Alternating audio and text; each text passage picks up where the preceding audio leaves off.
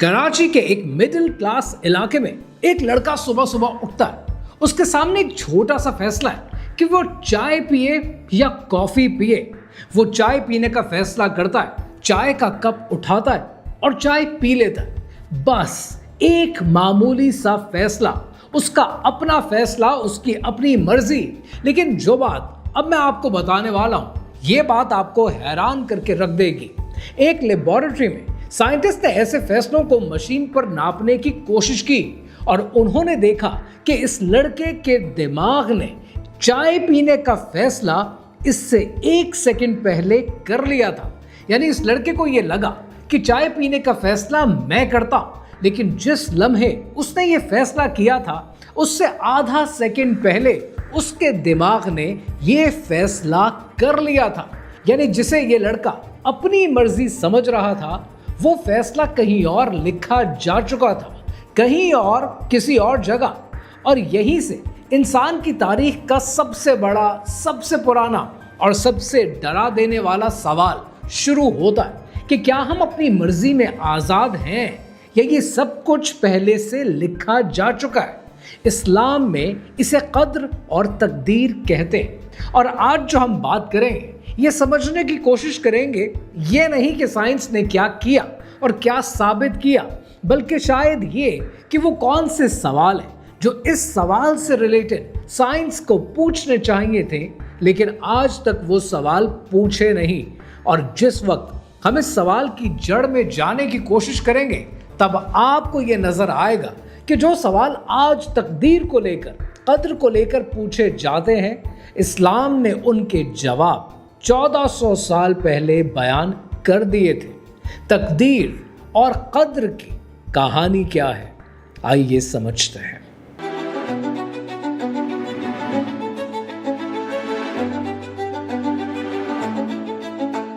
ये कहानी शुरू होती है सन 1980 की दिहाई में यूनाइटेड स्टेट्स ऑफ अमेरिका में, जहां पर एक साइंटिस्ट था और उस साइंटिस्ट का नाम है बेंजामिन लिबेट।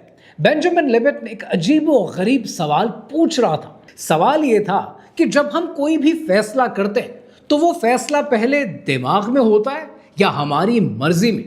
उसने एक एक्सपेरिमेंट बनाया, लोगों को इकट्ठा किया, उनके दिमाग के न्यूरॉन्स में सिग्नल नापने वाले सेंसर्स लगाए और उसने कहा कि बस एक छोटी सी हरकत करना कि जब कभी दिल चाहे अपनी कलाई, अपनी रिस्ट को हिला देना, कोई रूल नहीं, जब मर्जी। और साथ साथ एक घड़ी साथ रखना और याद रखना उस लम्हे को जब आपने ये महसूस किया कि अब मैं अपनी रिस्ट को, अपनी कलाई को हिलाऊंगा। अब यहां पर 3 चीजें होती हैं जो इस एक्सपेरिमेंट के अंदर बेंजामिन लिबेट नाप रहा था, जिसे वो मेजर कर रहा था। पहली चीज ये कि दिमाग के न्यूरॉन्स में सिग्नल शुरू होता है जिसको आप रेडिनेस पोटेंशियल कहते हैं। दूसरा ये कि इंसान को ये महसूस होता है कि अब मैं फैसला कर रहा हूं। और तीसरा ये कि हाथ असल में हिलता है। अब इस एक्सपेरिमेंट के बाद सारी दुनिया एक्सपेक्ट कर रही थी कि रिजल्ट ये आएगा कि पहले इंसान की मर्जी, फिर इंसान का दिमाग, फिर इंसान की हरकत। लेकिन नतीजा इस सारी कहानी के बरअक्स आया और सारी दुनिया के फिलोसफर्स को उस नतीजे ने हिला कर रख दिया। दिमाग का सिग्नल नंबर 1 पर सबसे पहले शुरू होता है। इंसान को उसकी मर्जी का एहसास नंबर 2 पर, यानी उसके लगभग आधे सेकंड के बाद होता है। यानी दिमाग पहले हरकत में आ जाता है और इंसान को बाद में लगता है कि ये फैसला मेरा था। अब जरा सोचें कि इसका मतलब क्या। इसका मतलब ये है कि आपको लगता है कि आप डिसाइड कर रहे हैं, लेकिन आपका दिमाग आपसे पहले ही फैसला शुरू कर चुका होता है, जैसे कोई और पहले से लिख चुका हो और आप सिर्फ पढ़ रहे हो। कहानी यहां खत्म नहीं होती, बात आगे बढ़ती है और सन 2008 आ जाता है। सन 2008 में एक नए ताकतवर मशीन से fMRI के साथ साइंटिस्ट ने देखा कि कुछ आसान फैसलों का अंदाजा वो इंसान को पता चलने से 7 सेकंड पहले तक लगा सकते हैं। 7 सेकंड, यानी जब आपको ये लगता है कि आपने अभी अभी सोचा है, उससे 7 सेकंड पहले दिमाग में उसकी एक झलक मौजूद होती है। अब दुनिया के बड़े बड़े साइंटिस्ट ने इस पर चीखना शुरू कर दिया कि बस साबित हो गया, आज़ाद मर्जी एक धोखा है, फ्री विल एक झूठ है, ہم صرف ایک مشین ہیں جو اپنے آپ کو آزاد سمجھتے ہیں. لیکن کہانی یہاں بھی ختم نہیں ہوتی. کہانی اس سے آگے چلتی ہے کیونکہ جب یہ ایکسپیریمنٹ کو غور سے دیکھا گیا نا تو اس میں 3 بڑے لوپ ہول موجود تھے جن کو ایڈریس کرنا بہت امپورٹنٹ تھا. پہلا لوپ ہول کہ یہ صرف فالتو بے مقصد فیصلوں پر کام کرتی ہے. یعنی جس کرائی والے ایکسپیریمنٹ کی ہم بات کر رہے ہیں اس میں فیصلہ تھا کیا کہ بس ہاتھ ہلا دو، جب مرضی چاہو ہلا دو. اس فیصلے کے پیچھے کوئی مقصد نہیں تھا، کوئی وجہ نہیں تھی، کوئی سوچ نہیں تھی، کوئی اچھے برے کی تمیز نہیں تھی، کوئی مشکل سوال نہیں تھا. یہ ایک ریفلیکس کا سوال تھا. اور 2019 میں سائنٹسٹ نے خود دیکھا کہ جب انسان کو اصلی فیصلہ کرنا ہوتا ہے، سوچ سمجھ کر فیصلہ کرنا ہوتا ہے، کسی وجہ کسی مقصد کے ساتھ فیصلہ کرنا ہوتا ہے تو دماغ میں وہ پہلے والا سگنل ملتا ہی نہیں ہے. یعنی یہ ٹرک بے مقصد ریفلیکس جیسے فیصلوں پر چلتی ہے. یعنی آپ کی زندگی کے اصل فیصلوں پر یہ کارآمد ثابت ہوتی ہی نہیں ہے. اور اس کے بعد پھر ایک دوسرا لوپ ہول آتا ہے. دوسرا لوپ ہول ہے اندازے کا. یعنی اندازہ کبھی بھی 100% نہیں ہوتا، صرف 60% تک ہوتا ہے. اور سائنٹسٹ کہہ رہے ہیں کہ 7 سیکنڈ پہلے جب دماغ فیصلہ کر چکا ہوتا ہے جس کو ہم پڑھ سکتے ہیں اس کا اندازہ 60% تک صحیح ہوتا ہے. اب اس کو ذرا سمجھنے کے لیے امیجن کریں کہ میں اگر ایک سکہ لیتا ہوں اور اسے ہوا میں اچھالتا ہوں تو 50% چانس ہے کہ ہیڈ آئے گا یا ٹیل آئے گی. یعنی یہ کوئی فیصلہ پڑھ لینا نہیں ہے، یہ صرف اس کی طرف کا جھکاؤ دیکھنا ہے. جیسے موسم کا اندازہ لگانا یہ ثابت نہیں کرتا ہے کہ فیصلہ پہلے سے لکھا ہوا تھا. اور پھر تیسرا لوپ ہول جو سب سے زیادہ خوبصورت ہے، خود بینجامن لیبٹ اسے ویٹو کہتا ہے. میں اسے فری ول کے کمپٹیشن میں فری وونٹ کہتا ہوں. بینجامن لیبٹ نے خود کہا کہ چاہے دماغ میں حرکت پہلے سے شروع ہو جائے یا نہیں، انسان اس کے بعد بھی اسے روک سکتا ہے. یعنی آپ کے ہاتھ میں ہے کہ آپ اس فیصلے کو ہونے دیں گے یا نہیں ہونے دیں گے. آپ کے اختیار میں ہے. کیا چاہے کوئی خواہش، کوئی جھکاؤ پہلے دماغ میں آ جائے، آخری فیصلہ کروں یا نہ کروں وہ پہلے بھی آپ کے ہاتھ میں تھا. اور دماغ کی تجویز پیش کرنے کے بعد بھی منظوری آپ ہی دیتے ہیں. اب ذرا اس پوری تصویر کو سمجھتے ہیں کہ سائنس نے کیا ثابت کیا اور کیا نہیں. ثابت یہ ہوا کہ کچھ چھوٹے ریفلیکس جیسے کاموں میں دماغ آپ کے شعور سے پہلے حرکت کرتا ہے. اور ثابت یہ نہیں ہوا کہ آپ کی اصلی سوچ سمجھ والی جو امپورٹنٹ ڈیسیژنز والی مرضی ہوتی ہے وہ پہلے سے لکھی ہوئی ہے. اس پر سائنس کا کوئی زور نہیں چلتا، الٹا ویٹو ثابت ہے. تو سائنس نے کیا پایا؟ سائنس نے یہ پایا کہ انسان کے اندر 2 چیزیں ہیں، ایک جسم اور دماغ جو مشین کی طرح اپنے آپ کام کرتے رہتے ہیں، اور ایک دوسری چیز جو اس مشین کے اوپر بیٹھی ہے، جو دیکھتی ہے، روکتی ہے، فیصلہ کرتی ہے، جو کہتی ہے نہیں.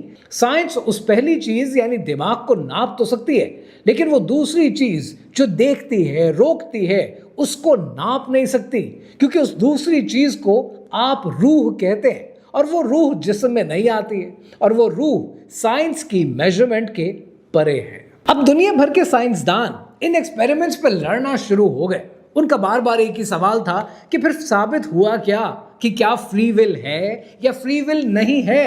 لیکن ان سارے سوالوں میں جو سب سے بنیادی سوال پوچھنے والا تھا وہ تو کسی نے پوچھا ہی نہیں.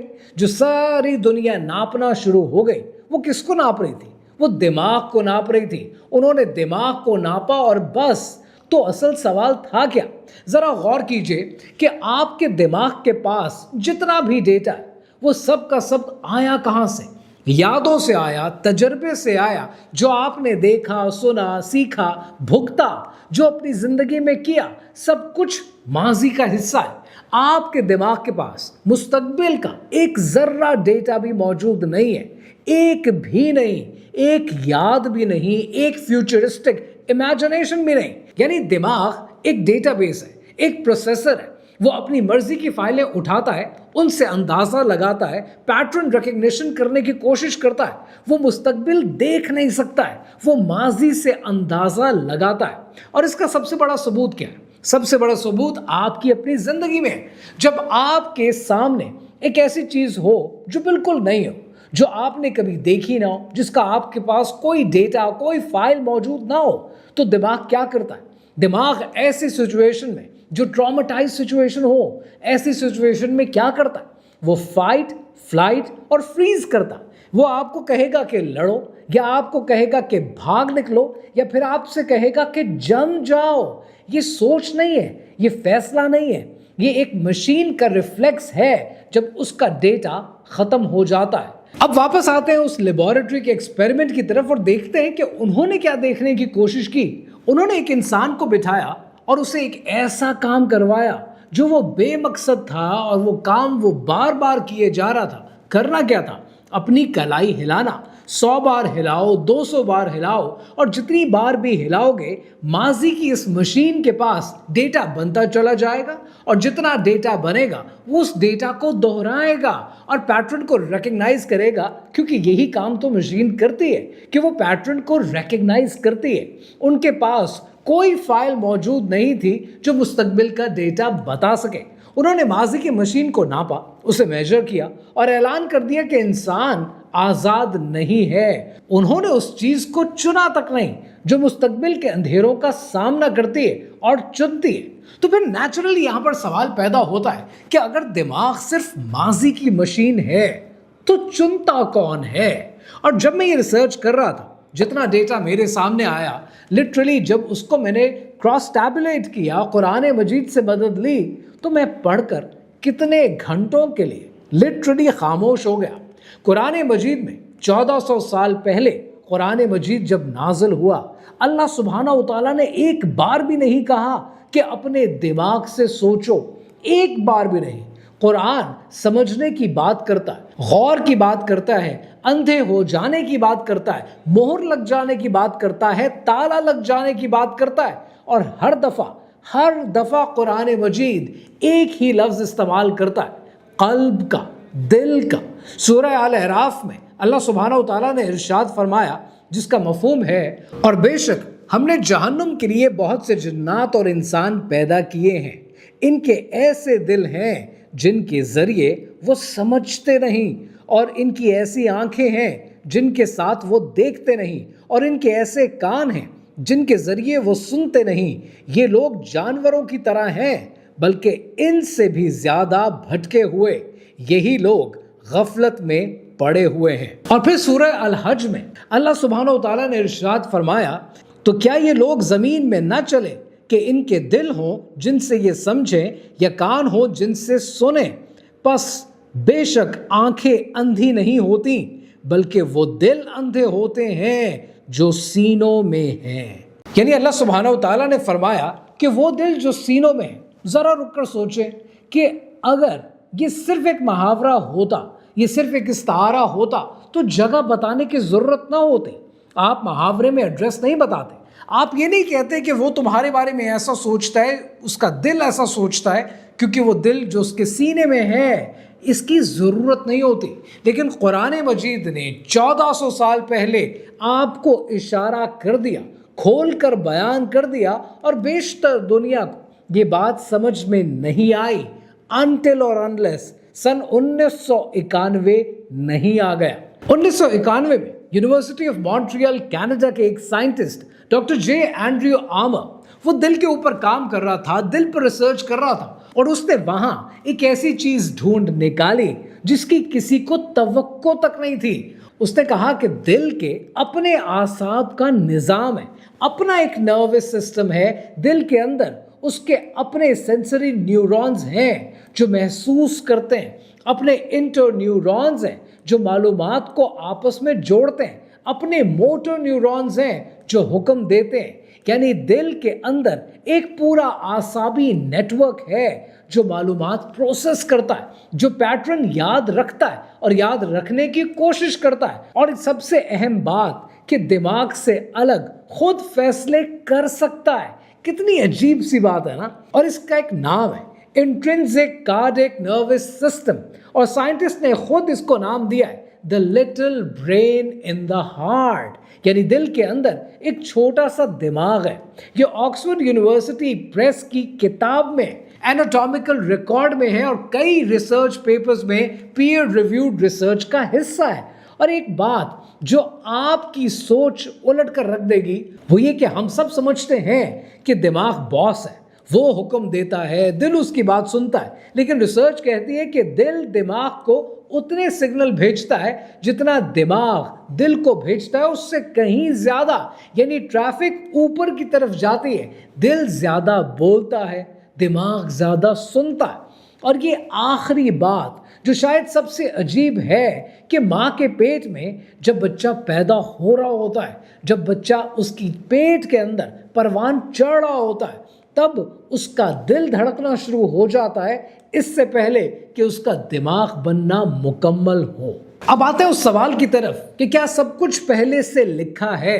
इस सवाल पर हजारों साल से इंसान सोचता आया है और वो हमेशा दो में से कोई एक रास्ता चुनता है, और ये दोनों रास्ते एक खाई की तरह है, एक क्लिफ की तरह है जो इंसान को सिर्फ गिराते हैं। पहला रास्ता कहता है कि सब कुछ पहले से लिखा है तो मैं कुछ नहीं कर सकता, मेरे हाथ में कोई इख्तियार नहीं है। कुछ लोग कहते हैं कि अगर मेरी तकदीर पहले से लिखी हुई है तो मैं बस एक कठपुतली से ज़्यादा कोई अहमियत नहीं रखता, जो होना है वो होगा, तो मैं मेहनत क्यों करूं, नमाज क्यों पढ़ूं, बुरा काम से क्यों अपने आप को रोकूं।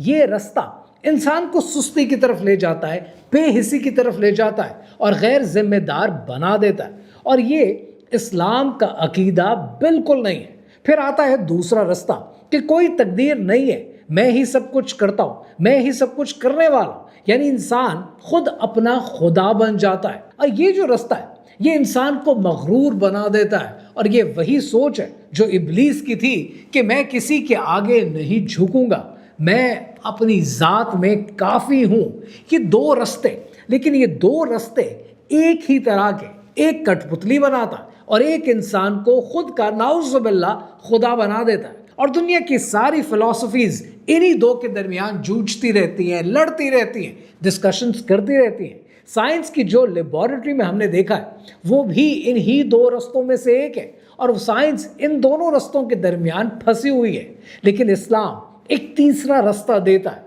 एक ऐसा रास्ता जो ना तो कठपुतली है ना आपको गुरूर की तरफ ले जाता है, और जब आप इसे समझेंगे तो आपकी रूह को सुकून मिलता है। इस्लाम कहता है कि कद्र पर ईमान लाना ये ईमान का हिस्सा है, यानी हम मानते हैं कि अल्लाह सुब्हानहू तआला को हर चीज़ का इल्म है, जो था, जो है, जो होगा, सब कुछ उसके इल्म में है और लौह महफूज में उसने लिख दिया है। लेकिन अब ये वो नुक्ता है जो समझने के लिए बहुत इंपॉर्टेंट है, और यहाँ पर इस पूरी कहानी का निचोड़ है।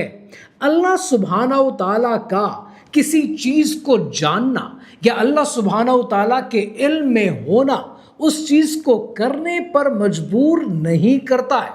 यानी इल्म और जब्र, इन दोनों में फ़र्क है। इल्म यानी जानना और जब्र यानी मजबूरी, ये दो बिल्कुल मुख्तलिफ चीज़ें हैं। एक मिसाल से सारी कहानी को समझते हैं। फ़र्ज़ करें कि एक उस्ताद है, उस उस्ताद ने अपने शागिर्द के इम्तहान के लिए बड़ी अच्छी तैयारी कराई है। उस्ताद जानता है कि शागिर्द काबिल है, ईमानतदार है, तो जब ये एग्जामिनेशन हॉल में जाएगा वो जानता है कि ये चीटिंग नहीं करेगा। अब इम्तहान में लड़का फैसला करता है कि वो चीटिंग नहीं करेगा और वो चीटिंग नहीं करता। तो सवाल ये है कि क्या वो इसलिए चीटिंग नहीं करता कि उस्ताद ने जान लिया था? नहीं, उस्ताद के जानने ने उसे मजबूर नहीं किया। लड़के ने अपनी मर्जी से, अपनी आज़ादी से ईमानतदारी को चुना। उस्ताद का इल्म सिर्फ दुरुस्त ज़रूर था, लेकिन उसने लड़के के फैसले को कंट्रोल नहीं किया। अब इसी कॉन्सेप्ट को थोड़ा ऊपर ले जाते हैं। अल्लाह सुब्हानहू तआला जो वक्त से बाहर है, जो माजी, हाल, मुस्तकबिल सब एक साथ देखता है, उसने जान लिया कि वो लड़का के जिसका जिक्र इस वीडियो के शुरू में हमने किया था, जिसने चाय और कॉफ़ी में डिसाइड करना था, अल्लाह सुब्हानहू तआला जानते हैं कि वो क्या इंतखाब करेगा, उसका इख्तियार क्या होगा, उसकी मर्जी क्या होगी। लेकिन उस मर्जी ने उस लड़के को मजबूर नहीं किया कि वो अपना फैसला बदल दे। अल्लाह सुब्हानहू तआला को पहले से इल्म है कि वो क्या चुनेगा। फ़र्क समझ में आया? फ़र्क ये है कि लिखा इसलिए गया क्योंकि अल्लाह सुब्हानहू व तआला जानते हैं कि आप क्या चुनेंगे। आप इसलिए नहीं चुनते कि पहले से लिखा है।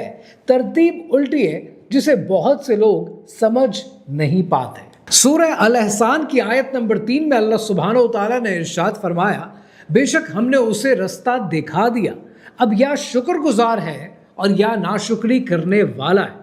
अब ये देखा आपने कि एक ही सूरत में दोनों बातें, यानी अल्लाह सुब्हानहू व तआला की मर्जी सब पर गालिब है और इंसान अपनी मर्जी का जिम्मेदार भी है। ये कोई तजाद, कोई कॉन्ट्रडिक्शन नहीं है। ये वो तीसरा रास्ता है जिसे इंसानी अक्ल सदियों से ढूंढ रही है, लेकिन ढूंढ कर उसको समझ नहीं पाती। और यही वजह है कि अल्लाह सुब्हानहू व तआला इंसान का इम्तहान लेगा। अगर हम कठपुतली हैं तो फिर हिसाब कैसा? कोई जज उस शख्स को सजा नहीं दे सकता जिसे किसी ने मजबूर कर दिया हो कोई काम करने के लिए। अल्लाह सुब्हानहू व तआला हिसाब इसलिए लेंगे क्योंकि फैसला असल में आपका और मेरा हमारे अपने हाथ में है। रास्ता हमारा, मंजिल हमारी, चुना हमने, और इंसान के हाथ में सिर्फ एक चीज है और वो है उसका इख्तियार। तो जब अगली बार आपके सामने कोई फैसला हो, छोटा या बड़ा, एक लम्हे के लिए रुक कर जरूर सोचिएगा, क्योंकि वो लम्हा वो आपका है। वो लम्हा लिखा जरूर गया है लेकिन चुना आपने है।